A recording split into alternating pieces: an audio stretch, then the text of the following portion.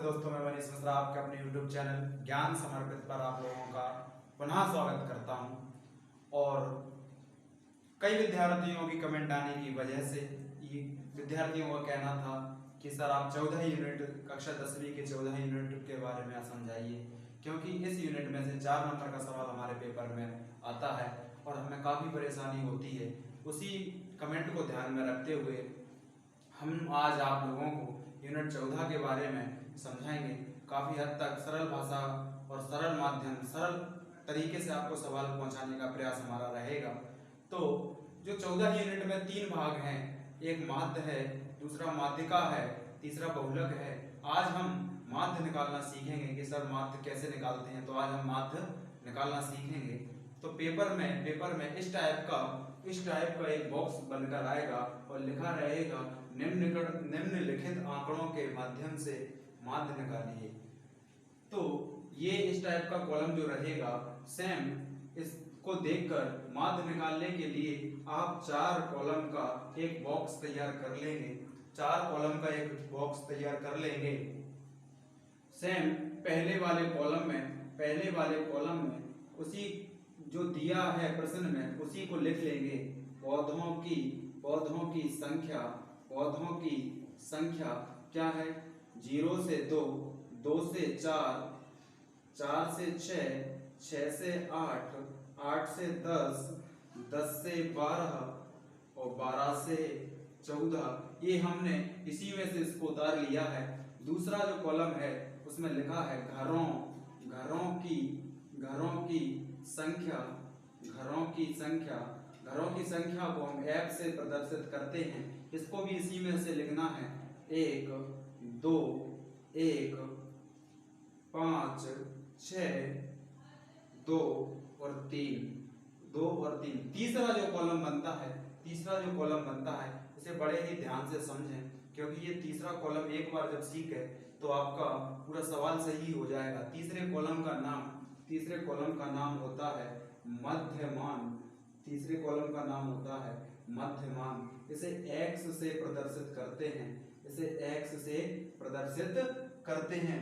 इसमें जो संख्याएं आती हैं वो कैसे आती हैं वो सीखें। एक छोटी सी ट्रिक के माध्यम से इन दोनों को जोड़कर 2 का भाग, इन दोनों को जोड़ा 0 + 2 किया बटा 2। 0 में 2 जोड़ेंगे तो 2 ही रहेगा और 2 में जब 2 का भाग लगाएंगे 1 आ जाएगा। सेम इसी तरीके से इन दोनों को जोड़ा जैसे 2 + 4 बटा 2, तो जोड़ा तो 2 में 4 जोड़ा तो 6 आया। 6 में 2 का भाग लगाएंगे तो 3 आएगा। एक तरीका ये भी होता है कि इन दोनों के बीच में जो संख्या है उसको यहाँ लिख दी जाती है, लेकिन वास्तविक रूप से जो सही तरीका है वो तरीका ये है कि इन दोनों को जोड़कर 2 का भाग लगा देना। इन दोनों को जोड़ा 2 आएगा और 2 में जब 2 का भाग लगाएंगे 2 एकम 2 हो जाएगा। और इन दोनों को जोड़ा 6 हो जाएगा। 4 और 2 6 और 6 में जब हम 2 का भाग लगाएंगे 3 आएगा। एक तरीका ये है कि इनमें 2-2 का अंतर चल रहा है तो इनमें भी 2-2 का अंतर चलेगा। 1, 3, 5, 7, 9, 11 और 13। ये क्लियर हुआ होगा।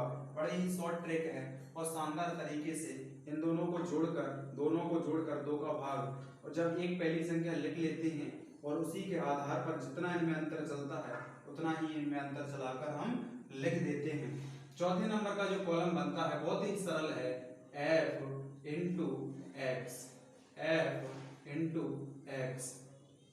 गुणा x।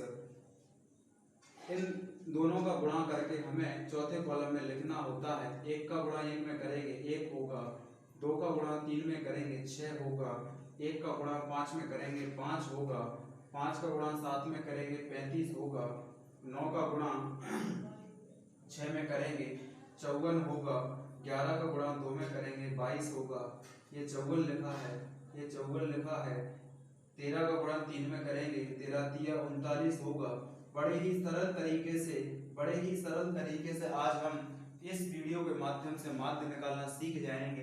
ये चारों कॉलम जैसे ही तैयार हो जाएं,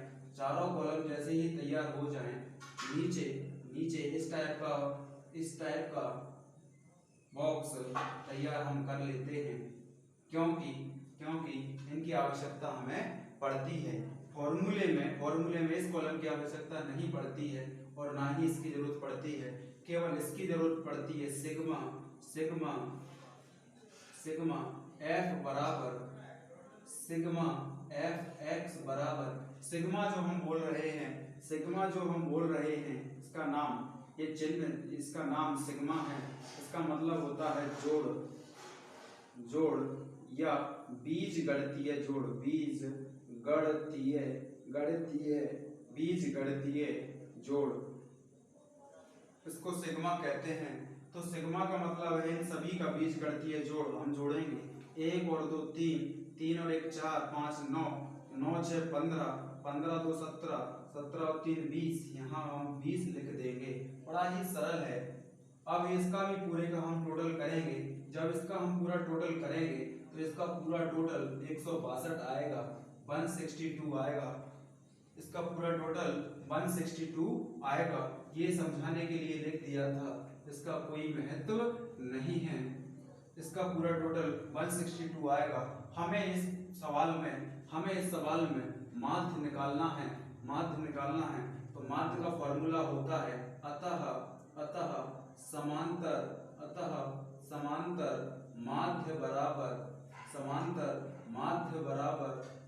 समांतर माध्य को x बार से प्रदर्शित करते हैं। समांतर माध्य बराबर x बार बराबर सिग्मा एफ एक्स बटे सिग्मा एफ। ये इसका फॉर्मूला होता है। समांतर माध्य x बार बराबर सिग्मा एफ एक्स बटे सिग्मा एफ। बड़ा ही सरल तरीका है। सिग्मा एफ एक्स की वैल्यू 162 है और 162 में 20 का भाग लगाएंगे, क्योंकि सिग्मा एफ की वैल्यू 20 है। जब इसे भाग लगाएंगे 20 अट्ठे 160 होता है, 20 अट्ठे 160 होता है, 20 का भाग हम 162 में लगाएंगे। इधर देखिए 162 20 अट्ठे 160 होता है।